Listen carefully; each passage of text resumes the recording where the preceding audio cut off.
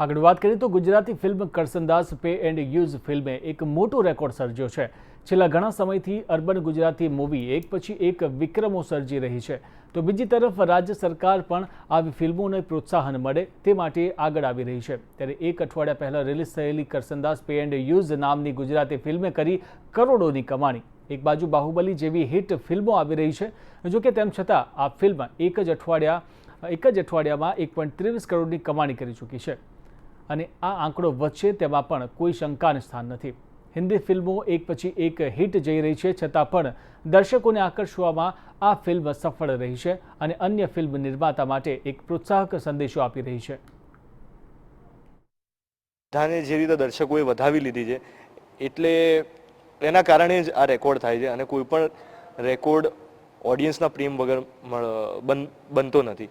અને એકચ્યુઅલીમાં તો જે આંકડા હોય છે, ગમે તેટલા કરોડ હોય, એકચ્યુઅલીમાં તો દર્શકોના પ્રેમ જ હોય છે, એનું એક રિફ્લેક્શન હોય છે. એટલે ઓડિયન્સનો આટલો પ્રેમ મળી રહ્યો છે, એના લીધે જ આ રેકોર્ડ થઈ રહ્યા છે.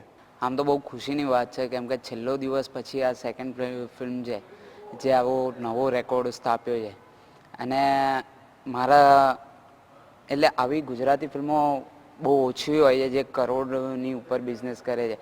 અમુક તો ફિલ્મો હમણાં હું જોઉં છું કે ઘણી બધી ફિલ્મો બજેટમાં બહુ બને છે પણ એટલી કમાણી કરી નથી શકતી, રિકવરી પણ નથી થતી.